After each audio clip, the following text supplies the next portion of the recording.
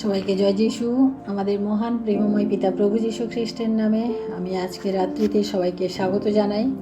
আসুন আমরা ঈশ্বরের বাক্য পাঠে যাব। তার আগে আমি ঈশ্বরকে ধন্যবাদ দিই যে তিনি সারাদিন আমাদেরকে সুন্দর সুরক্ষা করেছেন, আশীর্বাদ করেছেন। তাই আসুন আমরা রাজা সলোমন সম্বন্ধে আমরা কিছু কথা আজকে জানব, যে রাজা সলোমন কে ছিলেন, তার কিভাবে তিনি রাজা হলেন এবং তার কিভাবে তিনি ঈশ্বরের কাছে জ্ঞানের জন্য প্রার্থনা করেছিলেন। আমরা এই বিষয়ে আজকে পাঠ করব। আমি প্রথম রাজা বলি, তার 2 অধ্যায় 1 থেকে 3 পদে আমরা যখন দেখি যে রাজা দাউদ যখন বৃদ্ধ হয়ে গেছিলেন, তখন রাজা তিনি কি করলেন, তার পুত্র সলোমনকে রাজা করার জন্য তিনি আহ্বান করলেন এবং ঈশ্বরের কাছে সেই জন্য তিনি ঈশ্বরের কাছে প্রার্থনা করলেন এবং তিনি সলোমনকে ডেকে তাকে শেষ উপদেশ ও পরামর্শ দিলেন। বললেন, আমার মরণের সময় ঘনিয়ে এসেছে, তুমি সাহসী ও বলিষ্ঠ হও, স্থির সংকল্পে অটল থাকো। তোমার ঈশ্বর প্রভু সদাপ্রভু তোমাকে যা করতে বলবেন তুমি তাই করবে। মোশির বিধান অনুসারে শাস্ত্রে যা আদেশ দেওয়া আছে তা তুমি পালন করবে, তাহলে সব কাজ তুমি ঠিকভাবে করতে পারবে। এইভাবে তিনি পুত্রকে দিলেন, সাহস দিলেন।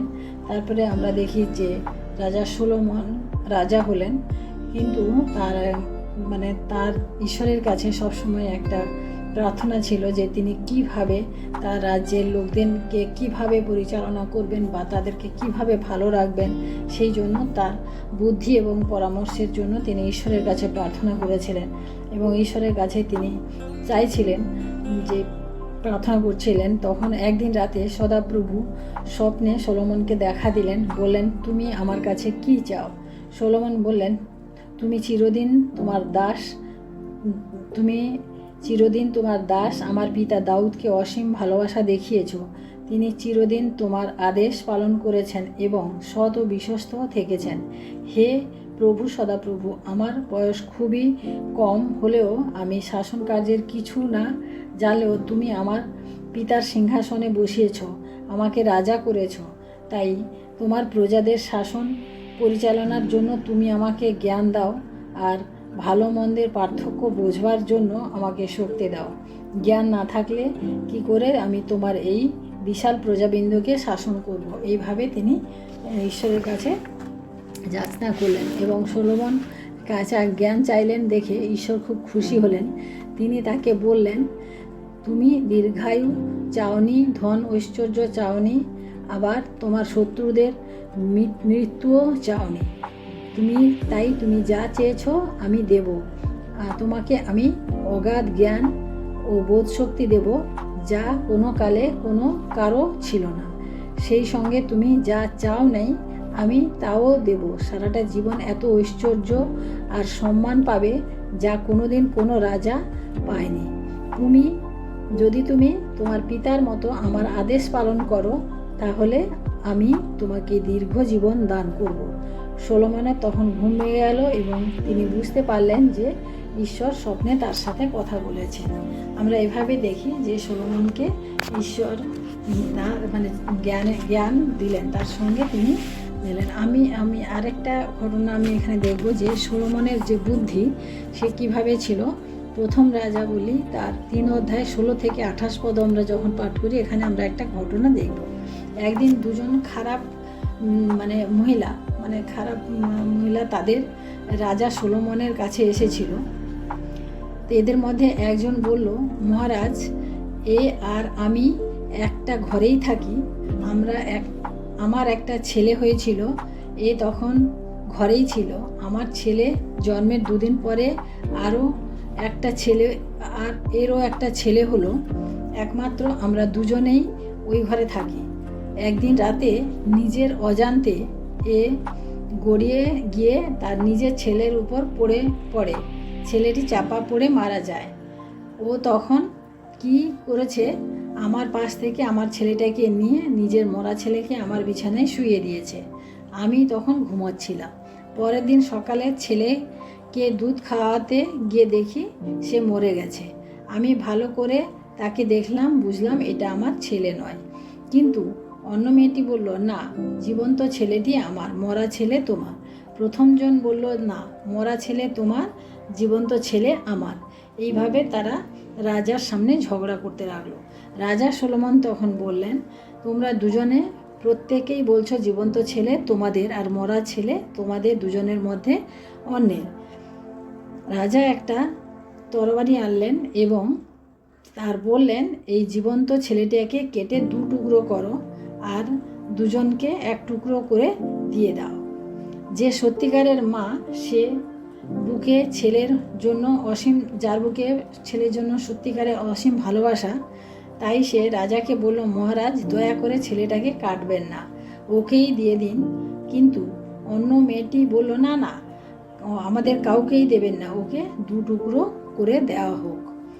অর্থাৎ আমরা এখানে দেখি যে রাজা সলোমনের বুদ্ধি এইরকম একটা কঠিন পরিস্থিতিতে যে তিনি কিভাবে বুদ্ধির দ্বারা এই সমাধান করেছিলেন। এবং আমরা পরবর্তীতে দেখি যে যে মা কাটতে বারণ করেছিল সেই মাকে তার ছেলে সমর্পণ করা হলো, কারণ সেই ছিল সেই ছেলের আসল মা। কিন্তু যে এতক্ষণ ধরে অনেক কথা বলছিল, অনেক করে বলছিল যে এই মেরে ফেলেছে, অমুক করেছে, তখন সে চুপচাপ, তার পানিশমেন্ট হলো এবং সে ঘটনাটা শেষ হলো।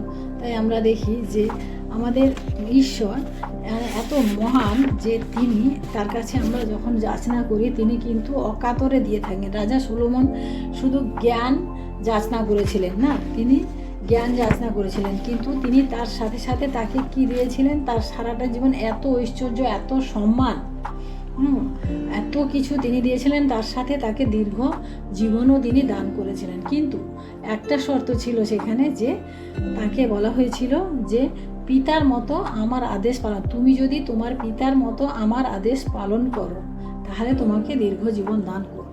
অর্থাৎ ঈশ্বরের শর্ত ছিল। প্রিয় ভাই বোনেরা, ঈশ্বরের শর্ত সর্বসময় সর্বদা সব সময় থাকে, কারণ তিনি চান যে তার সন্তানেরা তার মতোই হোক, তাকেই প্রেম করুক, প্রথমে তাকেই প্রেম করুক। কারণ আমরা এখন আমাদের জীবনে আমাদের এখন জাগতিক বিষয় এত বেশি হয়ে গেছে যে আমরা ঈশ্বরকে প্রেম করা, ঈশ্বরকে সময় দেওয়া আমাদের কোনো সময়ই নাই। তাই ঈশ্বর আমাদের উপরে শর্ত রেখেছেন যে আমরা এমনি এমনি তো প্রেম করব না, না, তাই ঈশ্বর শর্ত রেখেছেন, তুমি যদি এটা করো তাহলে এটা পাবে।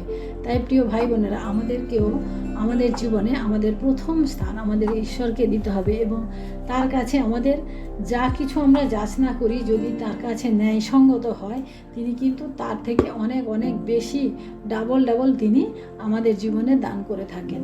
তাই আমরা আমাদের এই মহান ঈশ্বরকে আসুন আজকে রাত্রিতে আমরা ধন্যবাদ করি, কারণ তার এই মহান কাজ, তার এই মহান কৃতিত্ব আমাদের জীবনে, আমাদের জীবনকে উৎসাহিত করে, আমাদের জীবনকে আরও এগিয়ে নিয়ে যেতে সাহায্য করে। তাই আসুন আমরা আজকে প্রার্থনা করি আমাদের জ্ঞানের জন্য, বুদ্ধির জন্য, আমরা অন্যের কাছে ছুটে না যাই। আমরা রাজা সলোমন যেরকম ঈশ্বরের কাছে তার জ্ঞানের জন্য প্রার্থনা করেছিল, রাজা সলোমন হয়তো চেষ্টা করলে পারতো যে তার পিতার রাজ্যের যে বড় বড় মন্ত্রী, বড় বড় সেনাপতি যারা রয়েছে তাদের কাছ থেকে গিয়ে তিনি কিভাবে রাজ্য চালাবেন, কিভাবে কি করবেন সেই পরামর্শ নিত, কিন্তু রাজা সলোমন সেটা করেননি। তিনি সরাসরি ঈশ্বরের কাছে চেয়েছেন, কারণ ঈশ্বর তাকে মনোনীত না করলে সে রাজার পদে থাকতো না। তার এইটুকু বোঝার মতো ক্ষমতা হয়েছিল। আজকে আমরা যে অবস্থায় যেখানে রয়েছি, আমাদের ঈশ্বর সেইভাবে আমাদেরকে মনোনীত করে রেখেছেন। তাই প্রিয় ভাই বোনেরা, আমরা সেখানেই সন্তুষ্ট থাকি এবং ঈশ্বরকে ধন্যবাদ দিই যে তিনি মহান এবং তিনি আমাদের জীবনের কর্তৃত্ব তিনি করেন। তাই ধন্যবাদ করি এবং সেই ঈশ্বরকে সুযোগ দিই যেন আমাদের জীবনের সম্পূর্ণ কর্তৃত্বের ভার যেন তিনি নেন, কারণ তিনি যখন আমাদের জীবনে কর্তৃত্বের ভার নেবেন তাহলে আমাদের আর কোনো চিন্তা থাকবে না। তাই আসুন আমরা প্রার্থনা করে ঈশ্বরকে ধন্যবাদ দিই। Hallelujah, hallelujah, hallelujah. মহান প্রেমময় পিতা, তোমার মহানামের ধন্যবাদ প্রশংসা করি প্রভু। আজকে রাত্রিতে প্রভু তুমি তোমার অনুগ্রহে দয়াতে প্রভু তুমি আমাদেরকে তোমার সামনে উপস্থিত করেছো, তাই তোমায় ধন্যবাদ দিই পিতা। তোমার অধিক প্রেমে, তোমার অনেক ভালোবাসায় প্রভু আজকের এই সুন্দর বাক্য তুমি আমাদেরকে দান করেছো প্রভু, তাই তোমায় ধন্যবাদ করি প্রভু। রাজা সলোমনের যে জ্ঞান, যে বুদ্ধি, যে বিবেচনা প্রভু আমরা যা দেখেছি তা প্রভু তুমি তাকে দান করেছো, কারণ সে অনুগ্রহ পাওয়ার যোগ্য ছিল, সে তোমার অনুগামী ছিল প্রভু। সে তোমাতে বিশ্বাস করতো, তোমাকে ভালোবাসতো এবং তোমার পথে সে গমনাগমন করতো। তাই প্রভু তোমায় ধন্যবাদ করি প্রভু, যারা তোমার কাছে